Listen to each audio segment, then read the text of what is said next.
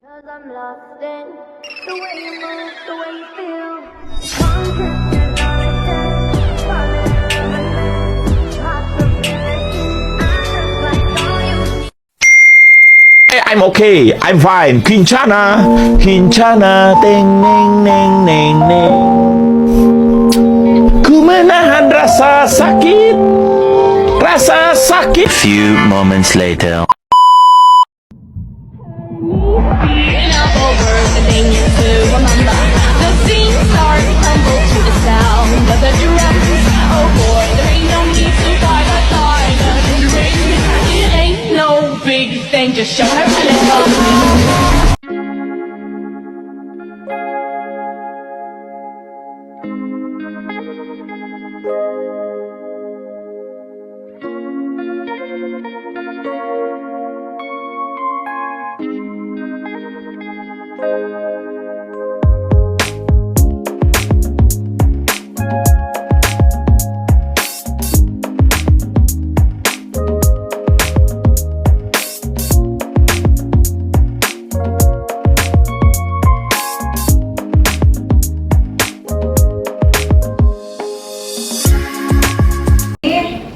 Nama panggilan saya Tirta.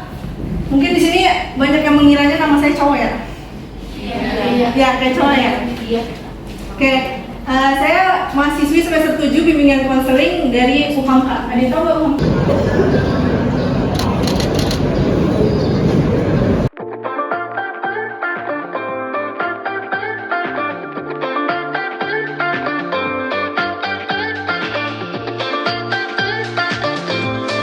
Kesindir pensil pos.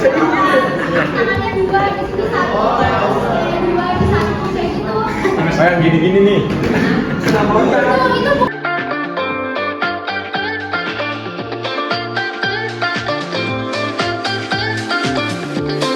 Apa yang kalian rasakan selama 3 hari perjalanan? Yang kalian rasakan?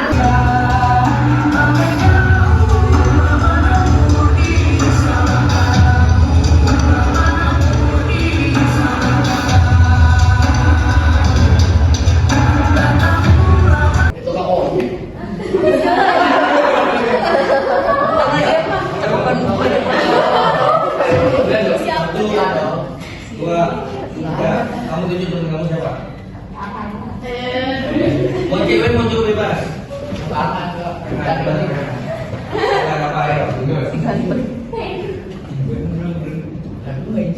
Apa sih kumis? Kumis itu dipotong dulu.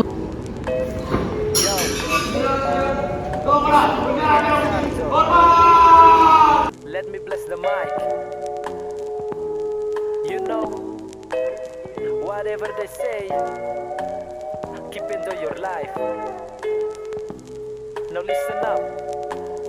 Yo, mari sejenak tinggalkan hiruk pikuk kota. Dikala lelah, ku bersantai di bawah senja. Lepaskan beban pikiran yang Saling baca. Dibaca dulu. Melihat. Memahami. Mereka Memahami. Ikut gaya belajarnya. Sambil santai kan memang. Kan tipe gaya belajar itu ada 3. Ada visual, auditori, sama kinestetik. Nah, dari 3 itu ini apa? Oke, masyarakat. Baiklah. Sekarang ini P5 yang kedua untuk Kalau saya megang batuk, kalau saya megang batik nih, anak-anak pakai batik. Baju ya, ini ya, di sini ya. Bisa dipahami ya rules-nya ya. Kalau saya bilang kepala, enggak, salah ya. Kepala. Kalau batuk, mulut. Batik, baju. Bisa dimulai? Bisa. Oke, yang Menurut Bapak, bagaimana rencana program sekolah ke depan dan bagaimana tujuan yang sedang dicapai dalam sekolah Bapak? Untuk melihat atau bisa mendeteksi awal tentang karakter anak ini, kita buat program namanya bekerja sama dengan ESQ, ya, ESQ Business School dengan nama program Talent DNA yang di bawah asuhan Pak Aridin Anjar. Itu salah satu program yang nantinya bahwa selain siswa SMK ini memiliki kemampuan di hard skill, juga memiliki kemampuan di soft skill. Nah, selanjutnya, dukungan apa yang diberikan dalam menciptakan dan mengembangkan kultur yang positif dalam diri peserta didik saat berada di sekolah? Ya, dukungan ya selalu kita memberi contoh terutama kepada siswa ya, yaitu guru-gurunya menjadi tauladan pada mereka, dan juga selalu mengingatkan ya tentang hal-hal kebaikan ya, bahwa menuntut ilmu itu memang penting, tapi yang paling penting adalah adab ya, adab daripada siswa ya, terhadap guru, terhadap teman ya. Baik, wawancaranya kita akhiri karena tadi sudah semua dijawab oleh Bapak. Saya ucapkan terima kasih sebesar-besarnya kepada Bapak sudah meluangkan waktu untuk saya mengizinkan Bapak. Saya izin untuk mewawancarai Bapak dan konsumen ini. Baik, kita tutup. Assalamualaikum warahmatullahi wabarakatuh. Assalamualaikum warahmatullahi wabarakatuh. Waalaikumsalam warahmatullahi wabarakatuh. Sebelumnya saya mau mengucapkan terima kasih banyak kepada Ibu Lucy yang telah menyempatkan waktunya untuk diwawancara oleh saya ya Bu ya. Sama-sama. Oke, mungkin langsung dimulai saja ya Bu. Boleh, Kak. Oke, untuk yang pertama pertanyaannya itu layanan apa yang biasanya digunakan dalam BK di sekolah SMK PKP ini Bu? Layanan yang kami berikan kepada peserta didik sesuai dengan arahan dan instruksi dari memang kebekaan Republik Indonesia, itu memang ada 7 layanan yang kami berikan kepada peserta didik, yaitu pertama layanan informasi, kedua layanan orientasi, layanan konseling kelompok, layanan penempatan dan penyaluran, layanan bimbingan belajar, layanan bimbingan atau konseling perorangan atau kita sebut dengan konseling individu, dan layanan bimbingan kelompok. Oke, terima kasih. Kemudian apakah ada kendala dalam memberikan layanan BK tersebut gitu? Jika ada, bagaimana cara mengatasinya? Kendala yang kami rasakan dalam memberikan bimbingan dan konseling tentunya banyak ya. Salah satunya adalah minimnya penguasaan layanan kebimbingan konselingan seorang guru BK ya. Artinya guru BK ini harus aktif nih mengikuti perkembangan zaman ya, terutama perkembangan tentang kenakalan remaja, terus kemudian aktifnya sosial media ya kan seperti apa, terus dampaknya untuk remaja, terus kemudian peluang-peluang, kita harus cari tahu nih peluang-peluang untuk membangkitkan prestasi, motivasi belajar sampai anak tersebut untuk mencetak prestasi. Yaitu kendala-kendala yang kami rasakan ya. Yaitu kami harus banyak mengembangkan sikap keprofesionalismenya ya. Artinya kita sebagai bimbingan konseling harus banyak belajar, mengupdate diri dengan apapun itu, memperbanyak literasi baik secara offline maupun online. Terus kemudian banyak mengikuti pelatihan-pelatihan, seminar-seminar, parenting yang dapat menambah ilmu ke bimbingan konselingan kami. Kemudian asesmen apa saja nih Bu yang sering digunakan untuk mengevaluasi program BK yang sudah dijalankan?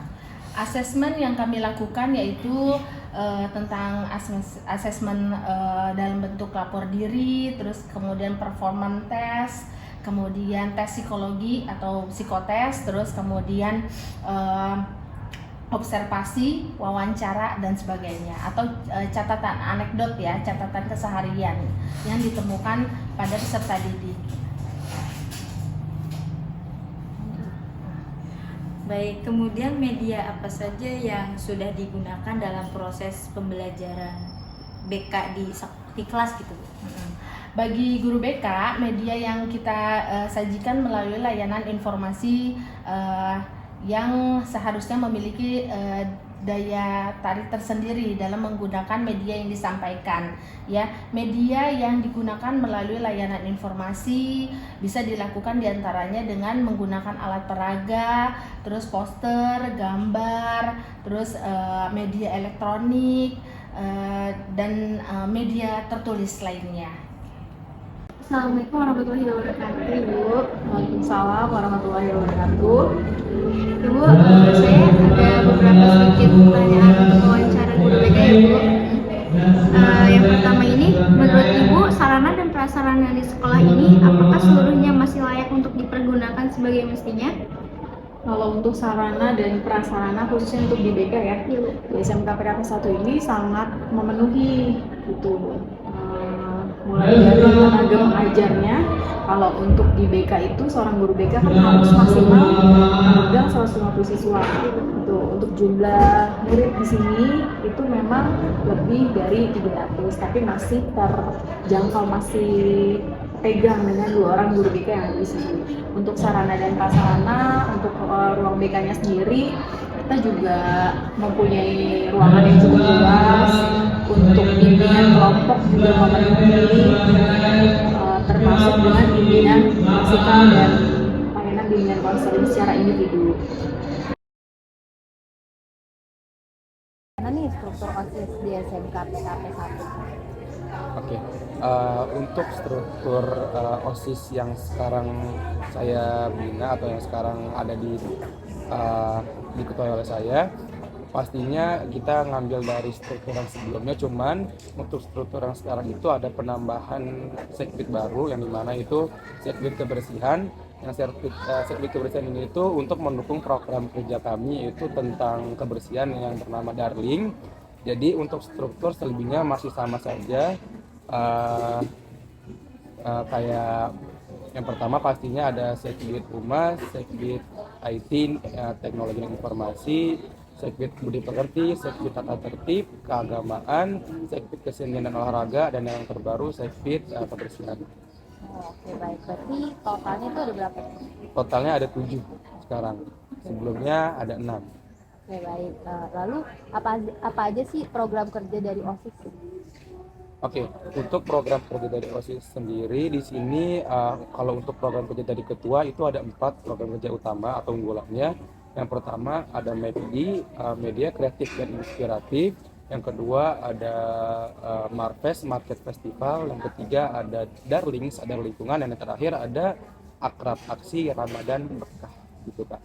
Tapi kalau untuk program kerja OSIS lainnya itu kita masih tahap penyusunan proker Kak, karena sekarang juga masih belum fix ya, belum diajukan juga ke pihak sekolah. Untuk sekarang masih tahap penyusunan.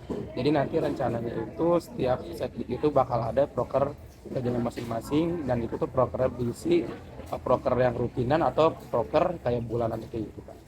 Oke, baik. Lalu bagaimana nih sistem penyusunan dari program kerja OSIS? Oke, untuk sistem penyusunan dari program kerja itu di sini yang pastinya kalau untuk ketua dan wakil itu sudah ada Kak, jadi udah tersusun, yaitu pastinya aku diskusikan dengan wakil, alhamdulillah sudah terbentuk. Kalau untuk program kerja sekbid lain itu aku tugaskan mereka untuk mencari program kerja yang mereka pengen, jadi mereka kumpulin dulu semuanya, nanti akan disaring sama aku sama wakilnya juga. Jadi nanti kita ambil yang masuk dan juga kira-kira cocok nggak sama program kerja sekolah juga, karena nanti kalau misalkan itu nggak cocok itu nanti bakalan susah ke depannya. Oke, selanjutnya apa kaitannya program kerja OSIS dengan bidang akademik, baik minat ataupun bakat, serta berikan contohnya? Kaitan program kerja kami yang berkaitan dengan akademik pastinya itu ada Kak, karena di sini kami ada program kerja untuk kegiatan-kegiatan lomba juga. Jadi di setiap seperti kegiatan-kegiatan nanti itu ada kelas meeting dan juga ada edufest, itu tuh dimana acara untuk perlombaan yang lumayan besar ya, yang dimana di situ nanti bakal ada lomba-lomba untuk di bidang akademik maupun non akademik. Yang pastinya di sini itu sudah menjadi tugas ketua dan juga sekbid kesenian dan olahraga. Jadi di mana nanti kita juga bakalan ada kegiatan seperti pentas seni, ada juga kegiatan lomba-lomba cerdas cermat atau perlombaan-perlombaan lainnya yang mendukung siswa itu bisa berprestasi di bidang akademik maupun non akademik. Oke, baik. Lalu pertanyaan terakhir nih, bagaimana cara OSIS mensosialisasikan program kerja yang sudah dibuat kepada para siswa? Oke, untuk mensosialisasikan program kerja yang sudah kami buat, pastinya kami akan memberitahu secara langsung. Jadi setiap ada kegiatan maupun ada acara yang akan berlangsung seperti nanti ada kelas meeting, kita akan informasikan terlebih dahulu kepada seluruh siswa bahwa nanti itu akan ada acara kelas meeting. Dan juga kami akan minta bantuan juga kepada Sekbid Humas untuk sebagai jalurnya, yang dimana Humas sendiri kan hubungan masyarakat antara OSIS dan juga sekolah. Jadi di sini untuk permasalahan sosialisasi pastinya kita akan beritahu langsung kepada siswa-siswa langsung bahwa setiap kita ada kegiatan maupun ada proker-proker kita yang ingin dijalankan, pastinya kita akan memberitahu dulu supaya mereka itu nanti nggak bingung dan juga ngerti. Jadi program kerja OSIS itu kayak gini, dan ada juga peraturan-peraturan yang harus diikuti dan juga ada yang tidak boleh diikuti.